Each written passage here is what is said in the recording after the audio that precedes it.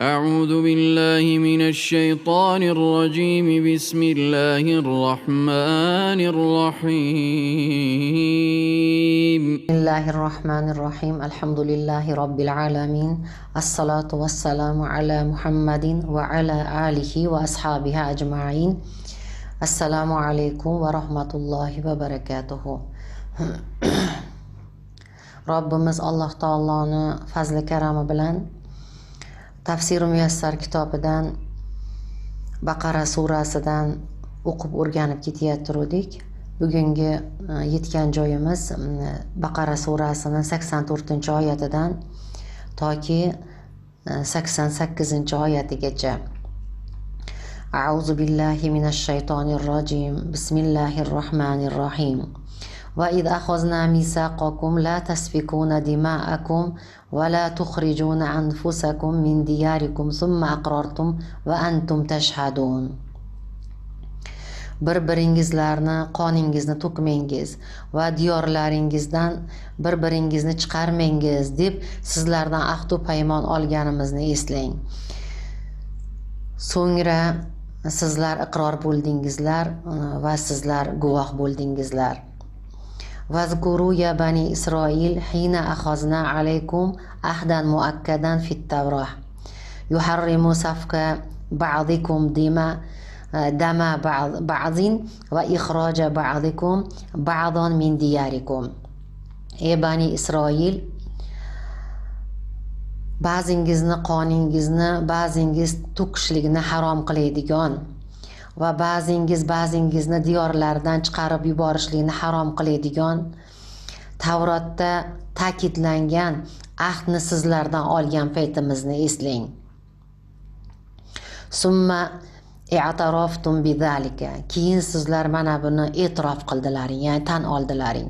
Va antum tashhaduna ala sihhatihi. Va sizlar uni sahihligiga, ya'ni to'g'riligiga guvoh bo'lib turdilaring.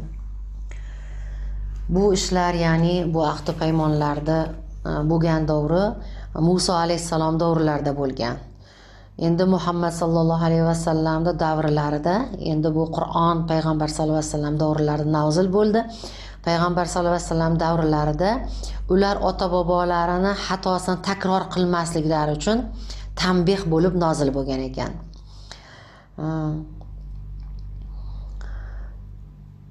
Demak, Alloh taolo ulardan mustahkam ahd va paymonlarni olgan ekanki, o'sha Alloh taoloning buyruqlarini Allohga bo'ysunib to'liq bajarishliklari uchun olgan ekan. Chunki ular bundan oldin Alloh taoloning buyruqlarini to'liq bajarmas edilar, ko'p xiyonat qilardilar. Alloh taolo bulardan o'sha xiyonat qilmaslari uchun mana shunday mustahkam ahd va paymon olgan ekan. Kofirlikdan keyin eng katta gunoh begunoh odamni o'ldirish. Mana Alloh taolo bu oyatda ulardan mustahkam ahd va paymonni olgani va bir-birlarini qonlarini to'kmanglar deyapti. Demak, eng gunohlarning eng kattasi Allohga kofir bo'lgandan keyingi eng katta gunoh nohaq qon to'kishlik. Va bulardan yana bir-biringizni, ya'ni Bani Isroildan bo'lgan odamni surgun qilmasin, diyorlardan chiqarmasin. Endi bular bunga bu va'dalarga iqror bo'ldilar, ya'ni bu ahd va paymonni berib iqror bo'ldilar va o'zlari mana shunga guvoh bo'ldilar. Mana shu Alloh taolo bulardan mana shu demak bir-birini o'ldirmaslik va bir-birini surgun qilmaslikka Alloh taolo bularda ahd va paymonni olgan edi. Mana shu endi bular mana shunday ahd va paymonlarga hamisha ham ahd va paymonga ular vafo qilmasdilar. Yana keyingi oyatlarida ularni vafo qilmasliklari haqida gap ketadi. ثم أنتم هؤلاء تقتلون أنفسكم وتخرجون فريقا منكم من ديارهم تظاهرون عليهم بالإثم والعدوان وإن يأتوكم أسارى تفادوهم وهو محرم عليكم إخراجهم أفتؤمنون ببعض الكتاب وتكفرون ببعض فما جزاء من يفعل ذلك منكم إلا خزي في الحياة الدنيا ويوم القيامة يردون إلى أشد العذاب وما الله بغافل عما تعملون. So'ngra sizlar o'zingizni o'zingiz o'ldiryapsizlar va bir guruhingizni diyorlardan chiqaryapsizlar hamda ularga qarshi dushmanchilik yo'lida yordam beryapsizlar. Agar ular asir bo'lsalar, ularni qutqarib olyapsiz. Vaholanki ularni chiqarish harom edi. Yoki sizlar kitobni ba'zisiga iymon keltirib, ba'zisiga kufr keltirasizlarmi? Sizlardan mana shunday qilganlarning jazosi bu dunyoda faqat rasvo bo'lishlikdir va qiyomat kuni esa shiddatli azobga qaytarilurlar. Alloh qilayotganingizdan, ya'ni qilayotgan amallaringizdan g'ofil emasdir. Summa antum ya haula'i yaqtuluna ba'dukum ba'dan. Keyin ana sizlar ba'zilaringizni o'ldiryapsizlar. Va yukhriju ba'dukum ba'dan min diyarihim. Va ba'zilaringizni diyorlaridan chiqaryapsizlar. Va yataqawwa kullu fariqin minkum ala ikhwanihi bil a'da'i bag'yan va udvanan. Va sizlardan bo'lgan har bir firqa o'zini birodarini qarshisiga adovat va hasad qilgan holda kuch yig'yapti. Va iyatukum usara fi yadil a'da'i sa'yaytum fi tahririhim min al-asr. Agar sizlarga o'sha dushmanlarning qo'lida asirlar kelsa, siz ularni asirlikdan qutqarib olishlikka harakat qildingiz. Harakat qildingizlar. Bidaf'il fidyati, o'sha fidya, ya'ni to'lov to'lash bilan asirdan qutqarib oldilaring. Ma'a annahu muharramun alaykum ikhrojihim min diyarihim.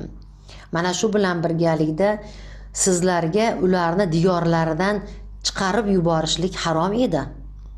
Ma aqbaha ma taf'aluna hina tu'minuna bi ba'dil ahkamit tavrati va takfuruna bi ba'diha. Tavrotni ahkomlarini ba'zisiga iymon keltirib va ba'zisiga iymon keltirmagan paytlaringdagi qilgan amallaring naqadar xunuk. Falaysa jaza'u man yaf'alu dhalika minkum illa zullan va fazihatan fid dunya. Sizlardan mana bunday qilayotgan kimsani jazosi faqatgina dunyoda xorlik va sharmandalikdir. Va yawmal qiyamati yuradduhumullohu ila afza'il adabi finnar. Va qiyomat kunida Alloh ularni do'zaxdagi eng xunuk bir sharmandalik azobga qaytaradi. Va mallohu bighafilin amma ta'malun. Va Alloh sizlar qilayotgan ishdan g'ofil emasdir.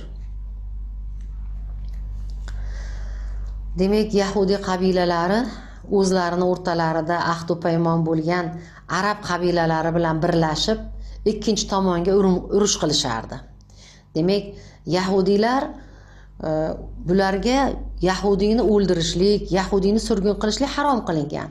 Lekin bular o'sha arab qabilalari bilan bitim tuzgan, o'zlarida o'rtalarida sulh bo'lgan bitim tuzgan arab qabilalari bilan birlashib olib, narigi tomondagi Yahudi qabilaga urush qilishardi. U Yahudi nari tomonda Yahudi qabila ham boshqa arab qabilalari bilan bitim tuzib birlashib olgandi. Demak, Yahudi arablar bilan bitim tuzib bitta odam bo'lib olib, boshqa tomondagi yahudi ham arablar bilan bitim tuzib, ular ham bitta odam bo'lib olib, bir-birlariga jang qilishardi, urushishardi, bostirib borishardi. Natijada nima bo'ladi? Yahudini o'ldiradi. Bularda Tavrotda nima edi? Yahudi o'ldirish harom edi. Mana shunday ishlar johiliyatda, mana shunday ishlar bularda hamisha bo'lib kelgan. Keyin o'sha urushda endi dushman tarafdan yahudiylar asirga tushsa, yahudiylarni o'sha o'zlarini dushmani bo'lib turgan yahudiylarni tovon to'lab ozod qilib olardilar. Keyin odamlar ularga aytardiki, kechagina ular bilan o'zlaring urushib turuvdilaring-ku. Bugun bularni o'zlaring tovon to'lab ozod qilyapsizlarmi deysa, ular aytishardiki, Tavrotda Bani Isroildan asirni ko'rsang, darhol ozod qil deyilgan derdilar. Aslida Tavrotda Yahudiga urush qilishligi va uni surgun qilishligi ham harom edi. Lekin ular buni yashirardilar. Buni natijasi dunyo va oxirat xorligi bo'ldi ularga. Chunki Alloh taologa berilgan ahdni, Alloh taoloning buyrug'ini ular buzdilar va ahdga xiyonat qildilar. Shuning natijasi ularga dunyo va oxiratda xorlik bo'ldi. Biri qilinib, biri qilinmagan uchun mana shu amallar, mana hozirgi davrda ham mana shu o'zimizni Qur'oni Karimimizning buyruqlariga, Alloh taoloning buyrug'iga, Qur'onda kelgan Alloh taoloning buyruqlariga, qaytariqlariga birini qilib, biri qilinmagani uchun mana shu musulmonlar tepasida ham xorlik bor. Alloh taolo o'zi saqlasin. Ilohim Qur'oni Karimga to'liq amal qilishlikda, o'qib o'rganib unga amal qilishlikda barcha musulmonlarga va bizga ham Alloh taolo nasib qilsin. Buni-ku bu dunyodagi azobi xorlik ekan. Oxiratdagi azobi bo'lsa juda ham qattiq bo'ladi. Alloh panoh bersin. Yahudiylar qilgandek mu'minlar ham birini qilib, birini qilmaslikdan Alloh taolo panoh bersin. Ulaika allazina ishtarawul hayatad dunya bil akhirah fala yukhaffafu anhumul adabu wa la hum yunsarun. Ana o'shalar dunyo hayotini oxiratga sotib olgandirlar. Ulardan azob yengillatilmas va ularga yordam ham berilmas. Ulaika humul ladina asarul hayatad dunya alal akhirati. Ana ular shunday kimsalarki, ular oxiratni ustiga dunyo hayotini afzal bilib tanlab oldilar. Ya'ni afzal bildilar. Ya'ni oxirat kerak emas bizga, dunyo bo'lsa bo'ldi dedilar. Ya'ni oxirat hayotini ustiga dunyoni afzal bildilar. Fala yukhaffafu anhumul adab. Ulardan azob yengillatilmas. Va laysa lahum nasirun yansuruhum min adabillah. Va ular uchun Allohning azobidan ularga yordam beradigan biror yordamchi, qutqaruvchi yo'qdir. Demak, Alloh taolo ularning holatlarini bayon qilyapti. Ular dunyo manfaatini Allohning buyruqlaridan ustun qo'ydilar. Ularning odatlari hamisha shu bo'lib keldi. Bani Isroilda odati hamisha dunyoni afzal ko'rishlik bo'ldi. Alloh taolo Zuhruf surasida aytadi, agar odamlar bir millat, ya'ni bir kofir millati bo'lib olishlari xavfi bo'lmaganda edi, albatta biz Rahmonga kufr keltirganlarni uylarini, shiftlarini va ularga unga chiqadigan narvonlarini kumushdan qilib qo'yardik dedi. Demak, Alloh taolo bu Zuhruf surasida odamlarning hammasi shu dunyoni ko'rib, ya'ni musulmon odam mo'min bo'lsa, kambag'al bo'lsa, hech nimasi bo'lmasa, masalan, kofir bo'lsa, shu kofir bo'lgani sari hamma yo'g'i tilla odam bo'lib, boy bo'lib, millioner bo'lib ketaversa, agar hamma insonlar kofir bo'lib ketishi xavfi bo'lmaganda edi, biz odamlarni Rahmonga kufr keltirganlardi. Qaranglarda, Rahmonga kufr keltirganlardi. Uylarini, shiftlarini, ya'ni tomlarini ham, shiftlarini va u tomlariga chiqadigan norvonlarini ham kumushdan qilib qo'yar edik. Mana shunday qilib qo'yar edik. Endi shunchalik dunyo pastligidan agar Alloh xolasa mana shu dunyoni berib qo'yaveradi. Lekin bu bilan mo'min odam aldanmaslik kerak. Mana kofirlar bo'y badavlat bo'lib yuribdi. Iymon keltirganlar zaif, qoloq, nima kuchsiz, kambag'al deb bunday fikrda bo'lmasligimiz kerak. O'zi o'sha kofirlar ham hammasi madaniyatni ham islomdan olgan. U mo'minlarni zaifliklari inshaalloh Alloh taolo o'zi qodir zot, mo'minlarga ham quvvat beruvchi zot. Mo'minlarni zaifligi yo kambag'alligi boshqa mo'minlarni aldab qo'ymaslik kerakki, mana mo'min bo'lsa shunday bo'lar ekan deb. Alloh taolo mana shunday xohlasa dunyoni berib sinaydi, xohlasa dunyoni olib sinaydi. Lekin eng qimmatbaho gavhar bo'lgan gavhari iymonimiz. Iymonsiz odam Alloh huzurida bir pashshani qanoticha ham qadri yo'q. Hech ham Alloh huzurida hurmati yo'q iymonsiz insonda. Shuning uchun oqil inson dunyo uchun oxiratini qo'ldan boy bermaydi.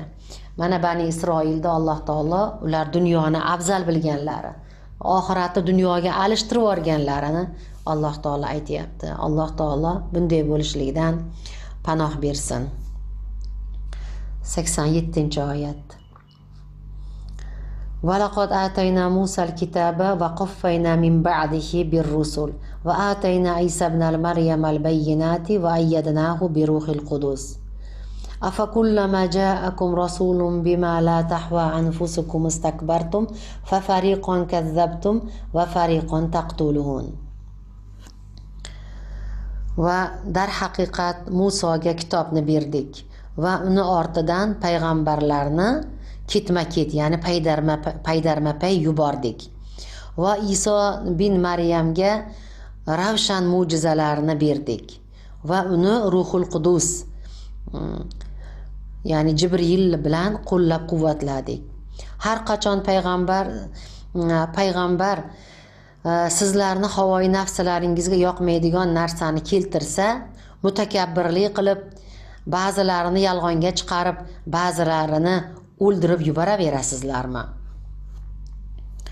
Valaqad atayna Musa at-Tavrata va atba'nahu bir rusulin min bani Isroil.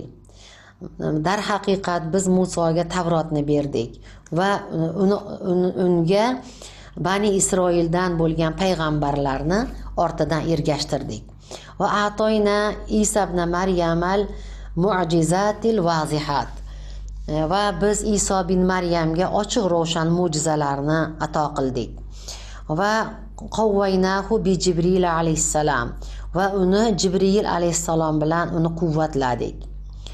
Afakullama ja'akum rasulun bi wahyin minallohi la yuwafiqu ahwa'akum ista'alaytum alayhi. Har qachon sizlarga Allohning huzuridan vahiy bilan payg'ambar kelsa, sizlarning havolaringga muvofiq bo'lmaydigan narsa bilan Allohning huzuridan vahiy bilan bo'lgan payg'ambar sizlarga har qachon kelsa, ista'alaytum alayhi, unga sizlar katta ketdilaring, ya'ni kibr havo qildilaring, katta ketdilaring. Fakazzabtum fariqon va taqtuluna fariqon. Ularni bir firqasini yolg'onchiga chiqardilaring va ulardan bir firqasini o'ldirdilaring. Demak, Alloh taolo bu oyatda Muso bin Imronga Alloh taolo samoviy kitobni berganini va o'zi Alloh taolo Muso bilan gaplashgan, u kishi kalimulloh bo'lganlar, mana shuni va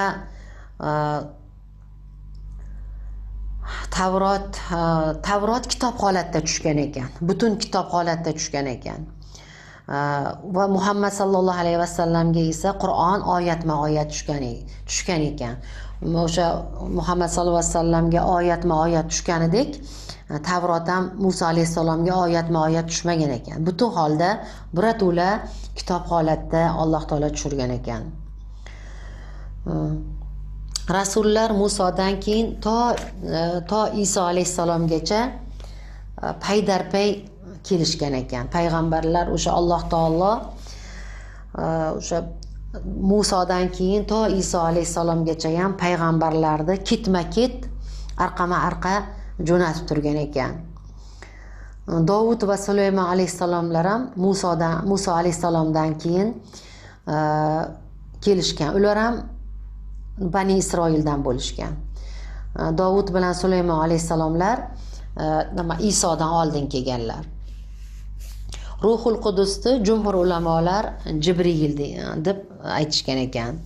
Demak, Alloh taolo bu oyatda Musoga kitobni berganini va uni ortidan payg'ambarlarni ketma-ket jo'natganini, Iso alayhissalomga mo'jizalar bergan. Mo'jizalarini bilamiz. Iso alayhissalomni Allohning izni bilan loydan qush yasab, Alloh nomi bilan 3 kun desalar Alloh nomi bilan uchar edi.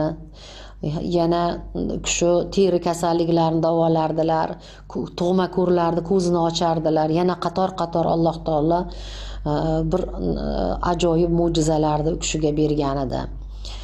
Va Alloh taolo u kishini Jibril alayhissalom bilan qo'llab-quvvatlagan. O'zi Jibril alayhissalom hamma payg'ambarlarga vahiy olib keluvchi, payg'ambarlarga amin, ishonchli elchidir ular u kishi. Mana endi Alloh taolo har qachon sizlarga payg'ambar kelsa, o'zlaringning havolaringga to'g'ri kelmaydigan narsa bo'lsa, vahiysi shunday sizlarga to'g'ri kelmaydigan bo'lsa, ularga kattalik qilib, kibr havo qilib, birlarini yolg'onchiga chiqarib, birlarini o'ldiraverasizlarmi degan. Demak, bularda hamisha jinoyatlari bitta insonni o'zi o'ldirsa qanchalik katta gunoh, bitta mo'minni o'ldirishlik butun dunyodagi mo'minlarni o'ldirish bilan teng. Endi payg'ambarlarni o'ldirgan odam nima bo'ladi endi? Payg'ambarlarni o'ldirgan odamning jinoyati qaysi darajada katta bo'ladi? Buni jinoyatini miqdorini o'lchab bo'ladimi buni?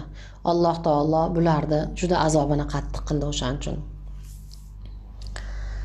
88-oyat. Va qalu qulubuna gulf bal la'anahumullohu bikufrihim faqalilan ma yu'minun. Ular bizi qalblarimiz berk deyishdi.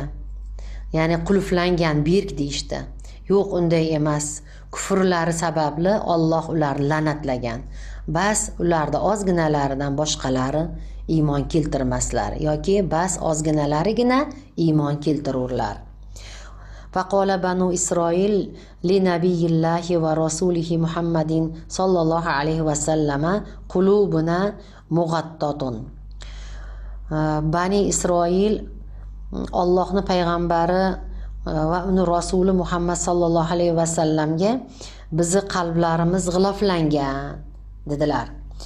La yanfuzu ilayha qawluka. Unga, ya'ni bizi qalbimizga sani so'zing kirmaydi deyishdi. Va laysal amru kama idda'u. Lekin ish ular da'vo qilganday emas. Bal qulubuhum mal'unatun. Balki ularning qalblari la'natlangandir.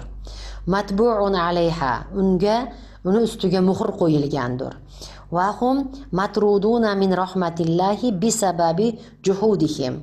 Ular o'zlarini inkorlari sababidan Allohning rahmatidan quvilgandirlar.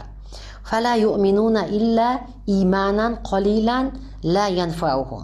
Ular judayam ozgina iymon bilan, ya'ni ularga foyda bermaydigan ozgina iymon bilangina iymon keltiradilar xolos. Ya'ni o'zlariga foyda bermaydigan, ularni do'zaxdan qutqarib qola olmaydigan judayam ozgina iymon bilan iymon keltiradilar xolos.